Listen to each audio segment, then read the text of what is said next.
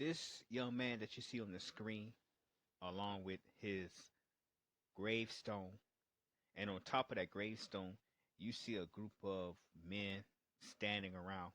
But in actuality, it's a picture of a group of white men and a black boy, look like he's being tied up, along with a man that's watching, a black man that's watching.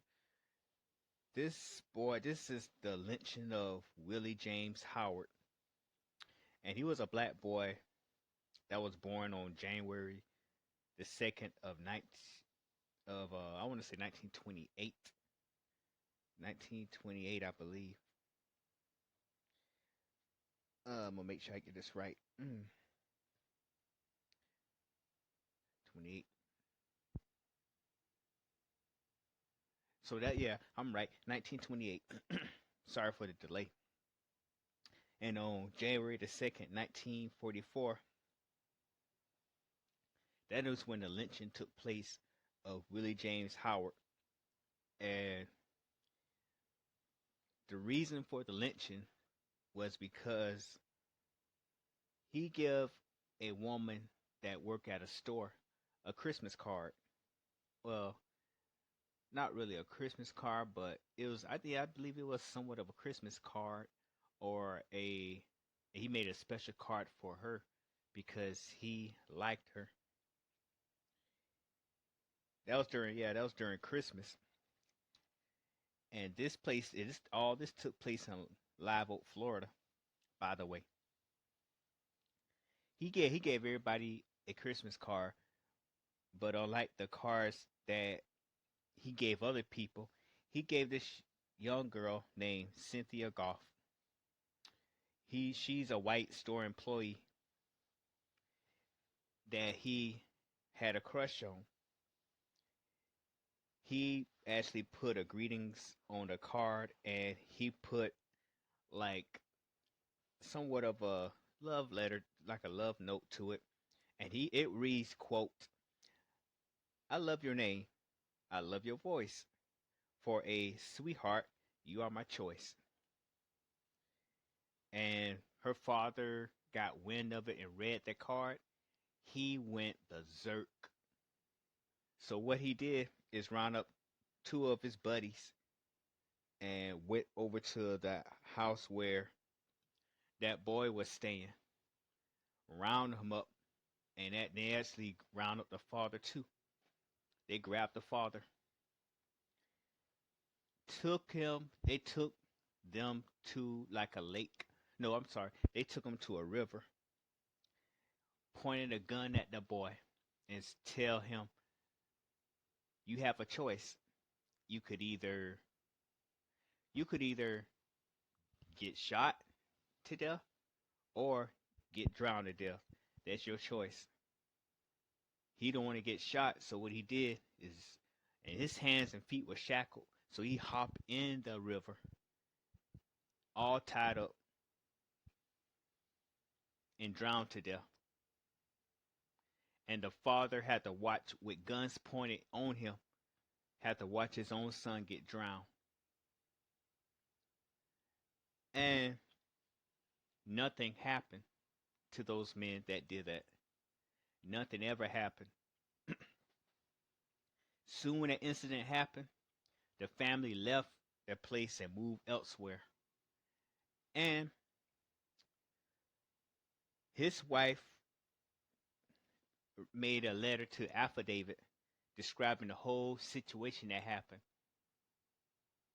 And they went to interview her about it, about the case. She don't want to go into depths of this information because of fear. And I'm going to read this letter that's sent to the state of Florida. And that's in Orange County, Florida. And this is part of the affidavit. "My name is Lula Howard. I am 34 years of age. I was born and raised at Live Oak, Florida. I stopped going to school when I was in the 6th grade. In 1927, I married James Howard in Live Oak, Florida. Shortly after our marriage, we bought a home on the outskirts of Live Oak where we lived until January the 7th, 1944. Only our child, a boy whom we christened Willie James Earl, was born on July 13th, 1938. I mean 1928, I'm sorry. You must forgive me because I'm gonna kind of interrupt there. This letter's kind of, it look kind of faded and it's kind of small, so I might misread certain things, so please excuse it. At the time of his death on January the 2nd, 1944, he was in the 10th grade in school. My husband and I were members of the Missionary Baptist Church in Live Oak. My husband was employed by the Bond Howard Lumberton Company. For the time of our for the time our son was 6 years of age, I worked on various jobs in Live Oak. From the time our boy Willie was 13 years of age, he worked before and after school during vacations.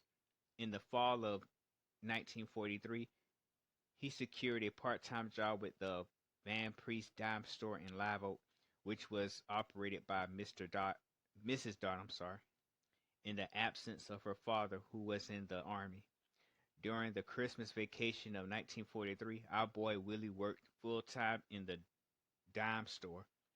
On Sunday 2nd, 1944, my husband James had gone off to work for his employer at Bond Howard Lumberton Company. His boss was Mr. R. L. Howard. Later that morning, an automobile which contained 3 white men drove up to my house. 3 men got out of the car, 2 of them at the gate of the house. The name of one of the men was Mr. Mac Mukula. The other man's name is unknown to me. The third man, whose name was Mr. Phil Goff, said, I think, knock at the door, and I'm guessing, of course, this is the man's daughter. The following conversation took place. Where is James? He has gone to work. Where is he working? At Bond Howard Lumberton Company. Where is Willie James? He is out in the back. Just then Willie came into the house and Mr. Off grabbed him and hold him down and told him to come along.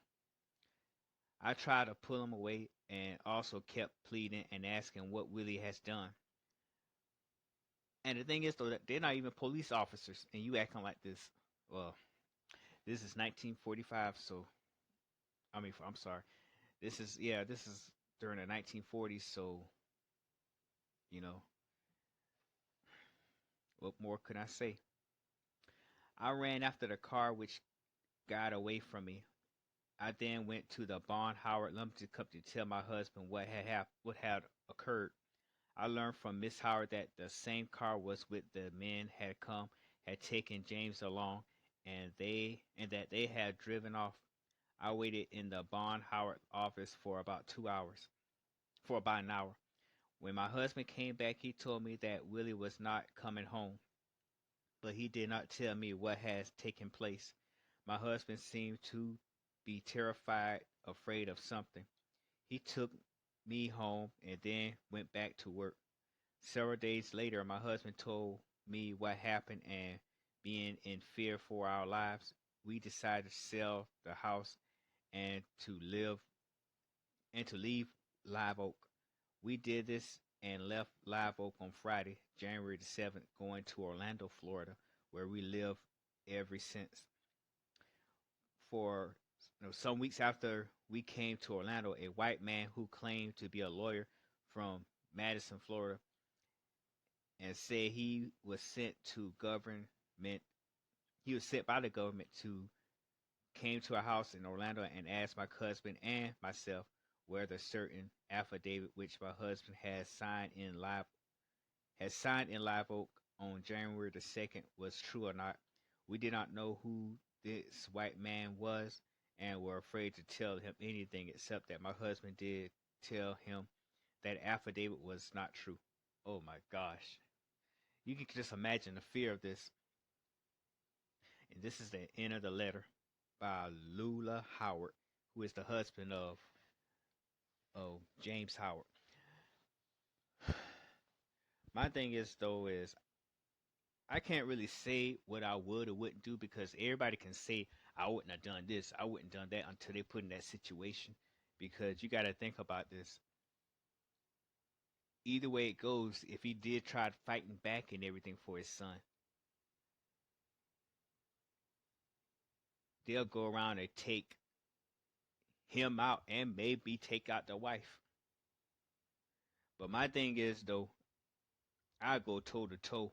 I'll fight. I'll do some killing. Then I'll leave. I'm sorry. You gotta, as a man, my conscience won't let me live. Won't let me move to Florida and live a life. And also say none of that is true. I mean, this man was so scared that he had to lie. Because at that time, it's like a lot of white people, especially people who are in the laws, like lawyers and stuff, they can turn on him in a snap of a finger, and he'll be like fresh meat to the wolves. And that would cause him to be feared. And the amazing part is, I'm just that woman must love this man for some reason, for him to be so scared of another group of men. But then again, I never been alive during the 1940s, so my thing is, so my reactions probably would have been the same. I mean, as of now, I'm like, oh no, hell no, that wouldn't have happened. But people mindset back then were different, and they have so many power and influence that they can actually just take you out anytime they feel like it. You dealing with a group of people who will lynch many, many, many black people back there. And this is one of the lynches that not many people know about. This boy was 15 years old. They watched him drown to death over a little puppy love. But you know what? I'm going to rephrase this. A 15-year-old boy is a 15-year-old man to them. They don't look at us, our children, as children. They look at them as like almost big, like a grown child, like they're grown ups. We don't get the preferential treatments like the white children have. I thought as far as black children. Black children, they like to age the black children, make them look like they're men. And mind you now, this happened in 1940. Yeah, hold on. 1944, so that's like 11 years before the Emmett Till lynching.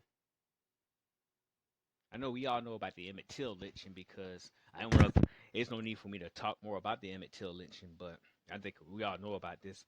But this is the kind of lynching that not many people knew about because I think it got something to do with the father not wanting to reveal that. And nothing happened to these guys. Well, of course, something is going to happen if it hasn't already. More likely to happen because those men more likely aren't alive right now. So I can't tell them where their destiny at. I don't know if they're repenting to God, but that is just pure evil. Just to have a father watch his son drown to death while you point a gun at his head.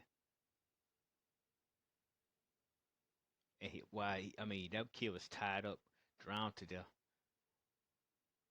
And I'm more certain that the kid, that white girl who had that letter, sent a letter to her father.